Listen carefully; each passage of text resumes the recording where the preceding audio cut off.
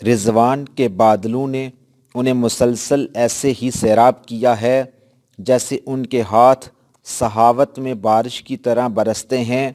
بادلوں کی سیرابی ہمیشہ نجف اشرف کی طرف تحائف اور سلام کا نذرانہ پیش کرتی رہے گی۔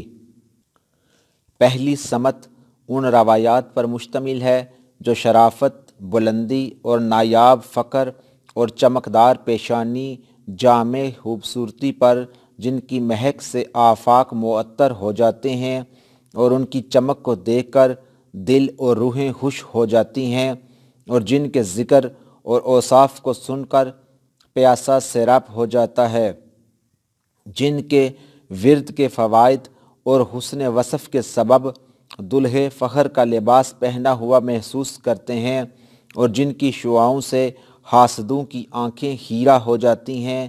کتنے اچھے ہیں محبت کرنے والے جو انہیں سنتے ہیں۔ دوسری لڑی ایسی روایات پر مشتمل ہے جو بارگاہ مقدس ہر عیب سے پاک ہے، غیب سے ان کی تائید ہے۔ وہ بارگاہ نبی مختار صلی اللہ علیہ وآلہ وسلم ہے جو الہ العالمین کے رسول ہیں۔ ان پر اللہ سبحانہ و تعالی کا درود و سلام ہو اس وقت تک جب تک بجلی چمکے اور جب تک ورق کو کلام سے مزین کیا جاتا رہے۔ جو آپ کی آل و عطرت کی فضیلت میں وارد ہوئیں، جنہیں اللہ تبارک و تعالی نے پسندیدگی، کرامت اور قرابت کے ساتھ خاص فرمایا، اور انہیں اپنے لطف کے گھاٹ پر اور فضل و مہربانی کے راستے پر وارد کیا جو میٹھا گھاٹ ہے اور پاکیزہ ٹھہرنے کی جگہ ہے، اور اللہ تبارک و تعالی نے ان کی محبت کو دنیا و آخرت میں دائمی سایہ کا ثمر دینے والی بنایا، اور ان کی شان میں قُل لا اسألکم علیہ اجرا الا المودۃ فی القربیٰ آیت نازل فرمائی۔ وہ ایسی قوم ہیں جنہیں محبت نے خالص کر دیا ہے، اور آخرت میں انہیں مضبوط سبب سے تھام لو۔ وہ ایسی قوم ہیں جو خاندانی عزت میں تمام عالمین پر فوقیت رکھتے ہیں۔ ان کے محاسن بلند ہیں اور نشانیاں سیراب کرنے والی ہیں۔ ان کی محبت فرض ہے اور ان کی محبت ہدایت ہے، اور ان کی اطاعت قرب کا ذریعہ ہے، اور ان کی مودت تقویٰ کا باعث ہے۔ نبی کریم صلی اللہ علیہ وآلہ وسلم کی عطرت ہی سب سے افضل ہے، اور وہ اہل عبا ہیں جو انجاس اور پلیدیوں سے پاک ہیں، جو دنیا کی طرف میلان اور دیگر عیوب کے بوجھ سے بری ہیں۔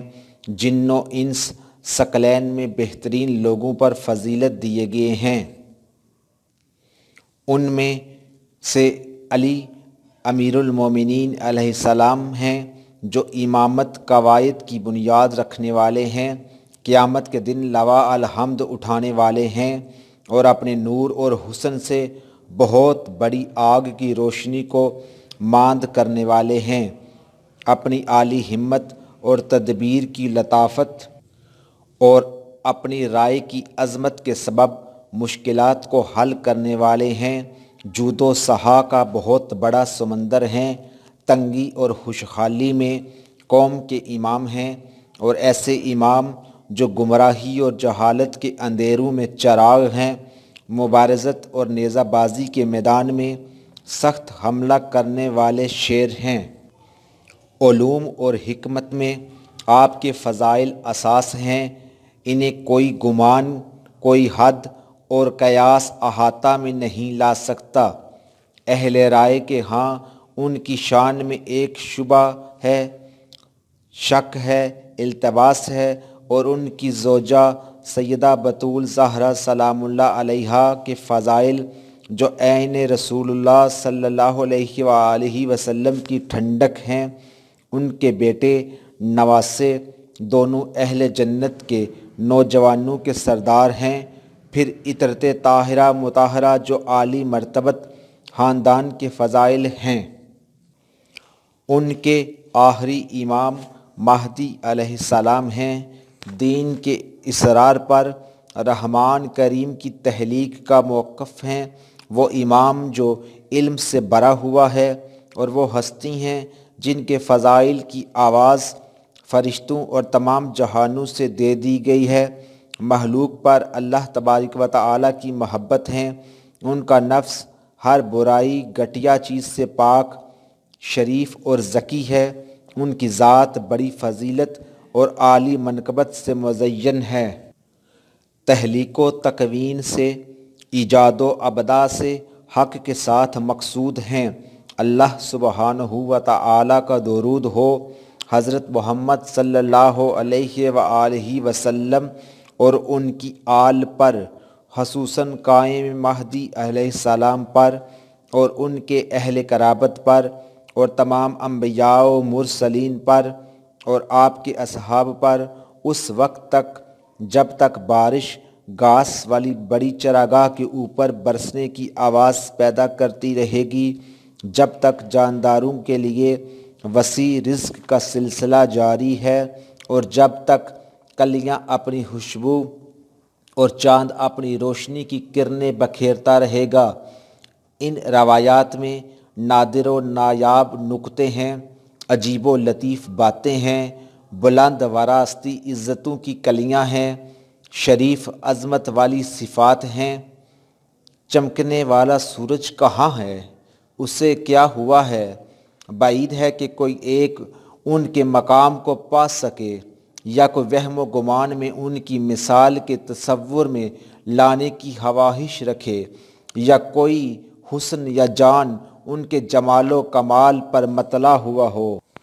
میں نے اس مجموعہ کو محدود ابواب یعنی 12 اماموں کی گنتی کی مثل 12 ابواب پر مشتمل کیا ہے، اور انہیں اپنی گنہگار ذات کے لیے جمع کیا ہے، اس دن کے لیے جس دن تمام رازوں کی آزمائش ہوگی، اور صحیفوں کی ہر بچنے والی چیز سے اس کے بچنے کے بارے میں تلاوت کی جائے گی، اور ہر خوف دلائی گئی چیز سے اس کی گنتی شمار کی جائے گی۔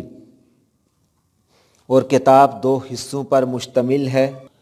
اس میں سے پہلا حصہ 72 ابواب پر مشتمل ہے، جو امام الاولیاء اور مدینۃ العلم کے دروازہ امیر المومنین علی بن ابی طالب علیہ السلام کے فضائل کے بارے میں ہے، جو سچائی کا مرکز، کرم اور حلم کا سرچشمہ ہیں۔ میں اللہ تبارک و تعالیٰ سے سوال کرتا ہوں کہ ان موتیوں کو پرونے اور ابتدائی باتوں کو جمع کرنے کی کوشش کو خالص اپنی رضا کے لیے کر دے، اور ان کے سبب سے مجھ اور میرے سارے بھائیوں اور ساتھیوں کو اپنے احسان عظیم اور عموم لطافت سے نواز دے، اور ان کی برکت سے میری زبان کو قول ثابت پر ثابت قدمی عطا فرمائے۔ جس دن کلام متزلزل ہوں گے اور میرے قدموں کو پل صراط پر ان کی محبت کے سبب ثابت قدمی عطا فرمائے، جس دن وہاں قدم لڑکھڑا رہے ہوں گے، اور ان کی ولایت کے سبب مجھے اور تمام مسلمانوں کو دارالسلام یعنی جنت میں داخلہ عطا فرمائے۔ بے شک وہ مقاصد کی انتہا ہے، اور اللہ تبارک و تعالیٰ کی ذات ہے جو فضل و انعام والی ہے، پس اسی سے ہر بلائی ہے، اور وہ اس پر قادر ہے، اور اس سے مدد کا مطالبہ ہے، اور اسی کی طرف لوٹ کر جانا ہے، اور اللہ تبارک و تعالی ہمارے لیے کافی ہے، اور وہ اچھا کارساز ہے۔ معزز خواتین و حضرات، آج کی ویڈیو میں کتاب کا مقدمہ مکمل ہو گیا ہے۔ باقی انشاءاللہ نیکسٹ ویڈیو میں اس دعا کے ساتھ آپ سے اجازت چاہتا ہوں کہ اللہ ہم سب کو آسانیاں اور خوشیاں عطا فرمائے، اور آسانیاں اور خوشیاں تقسیم کرنے کا شرف عطا فرمائے۔ اللہ حافظ۔